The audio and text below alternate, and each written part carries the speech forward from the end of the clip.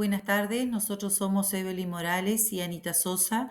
Hoy vamos a presentarles nuestro trabajo. Buenas tardes, nosotros somos Evelyn Morales y Anita Sosa. Hoy vamos a presentarles nuestro trabajo, la cuestión del Lejano Oriente y el imperialismo, donde explicaremos cómo se justificó el imperialismo a lo largo de la historia y el impacto que tuvo en el Lejano Oriente.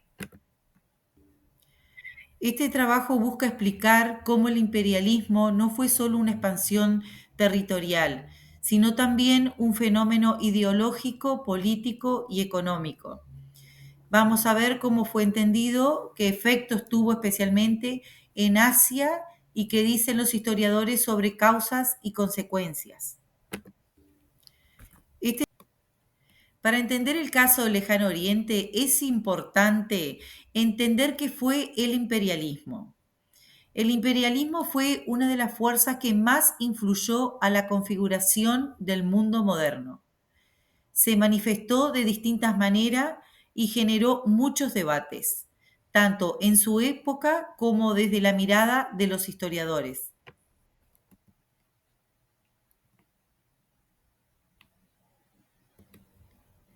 El término surge hacia 1840.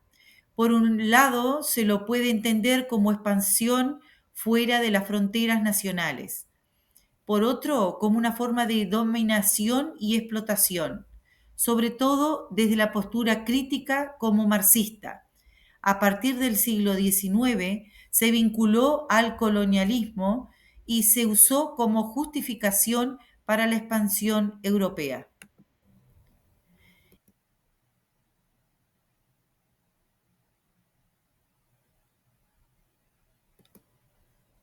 Hubo varias formas de justificar el imperialismo.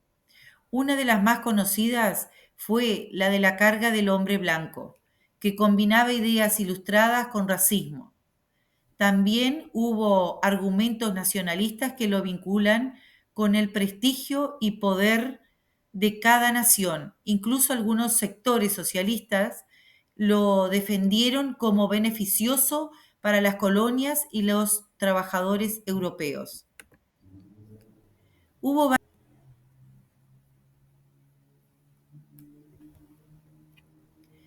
A fines del siglo XIX aumentó la rivalidad entre las potencias. Se empezó a hablar de distribuir las colonias de potencias consideradas en decadencia como España y Portugal hacia otras más fuertes. Aquí pertenece la idea del darwinismo social aplicado a la política. Solo los imperios más poderosos merecen sobrevivir. En este contexto, el Lejano Oriente se convierte en un nuevo foco de disputa imperialista. China aparece como un objetivo estratégico por su territorio, población y recursos.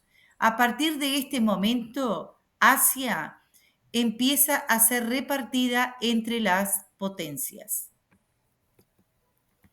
Japón inicia un proceso de modernización con la era Meiji. En 1894 ataca China y gana la guerra chino-japonesa. Esto marca su entrada como potencia imperial. Con el tratado, Japón obtiene importantes beneficios como Formosa, Corea y derechos sobre territorios chinos. Sin embargo, otras potencias lo presionan para devolver la península del Iago. A partir de entonces, las potencias avanzan sobre China, Rusia ocupa Manchuria y Port Arthur. Francia avanza por el sur, empieza el reparto de zonas de influencia. También Alemania tomó la zona de Stan e Inglaterra se posicionó en torno al río Yangtze. Formalmente eran zonas de arrendamientos, pero en práctica funcionaban como colonias. podemos ver cómo el imperialismo en el lejano oriente se expresó a través de conflictos entre potencias. Japón logró consolidarse como nueva potencia y China quedó dividida y debilitada.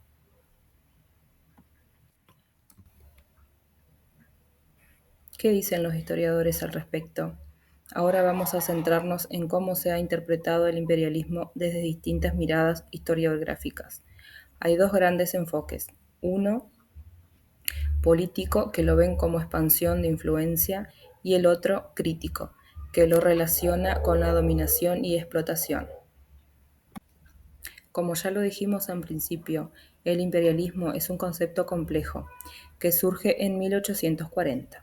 Se puede entender desde dos sentidos: el político, la expansión de influencia más allá de las fronteras nacionales, y polémica y crítico, dominio y explotación asociado a teorías marxistas y colonialismo. Entre las justificaciones ideológicas encontramos la visión civilizatoria como la carga del hombre blanco, que se sostenía la idea de superioridad occidental. Desde el plano económico hay varias interpretaciones. Conrad planteaba una visión restrictiva. El imperialismo surge para colocar capitales excedentes. Otros, como Hobson y Lenin, amplían esa visión, considerando que también se buscaban nuevos mercados y materias primas.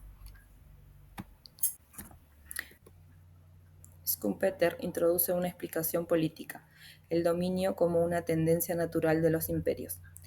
También hay explicaciones emocionales: el orgullo nacional, la nostalgia o el espíritu combativo. En síntesis, el imperialismo no tiene una sola causa, debe entenderse de muchos otros factores.